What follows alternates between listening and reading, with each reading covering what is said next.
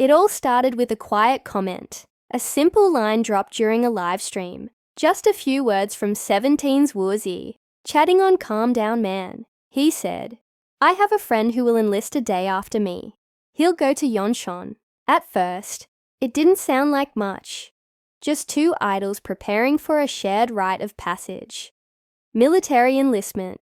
But for those who know what Yonchon means in military terms, the weight of that comment hit like a freight train. The friend he mentioned was Hoshi. Yes, 17's tiger-like performance genius. And he isn't just enlisting in any base. Yonchon is a frontline military region, home to the 5th Infantry Division, a combat-ready force stationed dangerously close to the DMZ, South Korea's most high-alert border. Fans didn't expect this. Enlistments are hard enough, but this one feels different.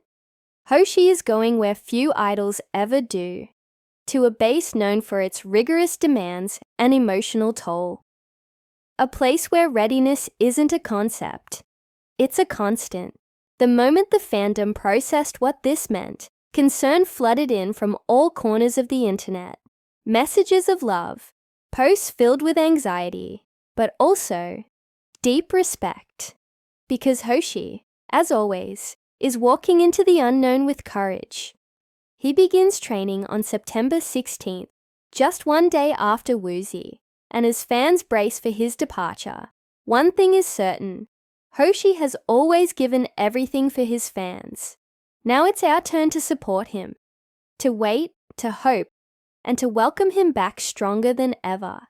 But the wait of goodbyes wasn't exclusive to 17 fans this week. Over at Cube Entertainment, another emotional chapter came to a close.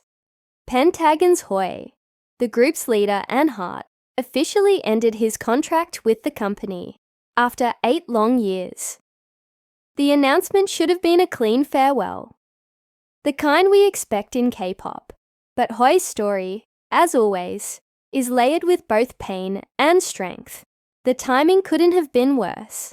Not only was Hoi closing the door on his time with Cube, but he was also recovering from a nasal bone fracture, an injury he sustained while filming a variety show. Suddenly, what should have been a moment of artistic rebirth became a period of physical and emotional healing. Since debuting in 2016, Hoi was more than just a frontman. He was the producer, the mentor, the visionary, the one who carried the group's sound on his shoulders. And now, with most of the members having already left the agency, his departure signals something fans had long feared: the fading of a chapter. And yet, there's hope. Cube promised support during his recovery. There's no scandal here, no bitterness, just respect. And fans, those who have followed Hui through every note, every comeback, every survival show, know this isn't the end. If anything, it's a new beginning. Because Hui isn't done creating, he's just finally free to do it his way. While some idols face the battlefield, and others face the unknown after leaving their label, sometimes the hardest battles are the ones we fight in silence. And in this world where strength is often defined by sold-out tours and streaming numbers, GOT7's BamBam reminded us what real emotional support looks like.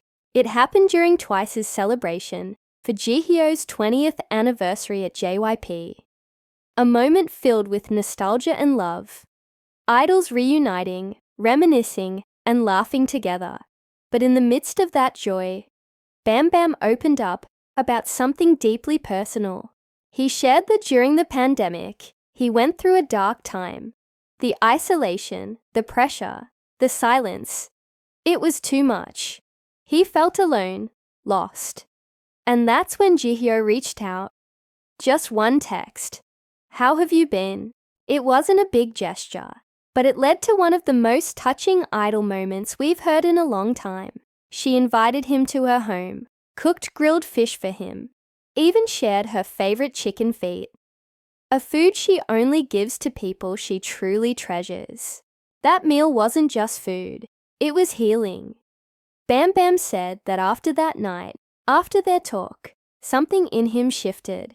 He started preparing himself mentally to get back up. It wasn't a performance, or a chart ranking, or an endorsement deal that brought him back. It was a friend, a home-cooked meal, a reminder that he wasn't alone. And that's the part of the K-pop world we rarely see. The quiet love idols give to each other.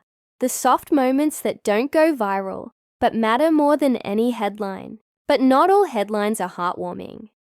Some spark anger. And that's exactly what happened with G-Dragon. Once the king of K-pop stages, now surrounded by uncertainty and silence, G-Dragon had a concert in Bangkok scheduled. Fans were preparing, booking flights, organizing outfits, emotionally ready to see him again. And then, just 20 days before the show, it was cancelled. No explanation, just a vague post citing unavoidable reasons. That's when the fans snapped. They sent protest trucks to Galaxy Corporation, demanding accountability. This wasn't the first time. And clearly, the fandom had reached its breaking point. The company had already been under pressure after fans raised concerns about disorganization, lack of updates, and poor communication. But the cancellation, that was the final straw.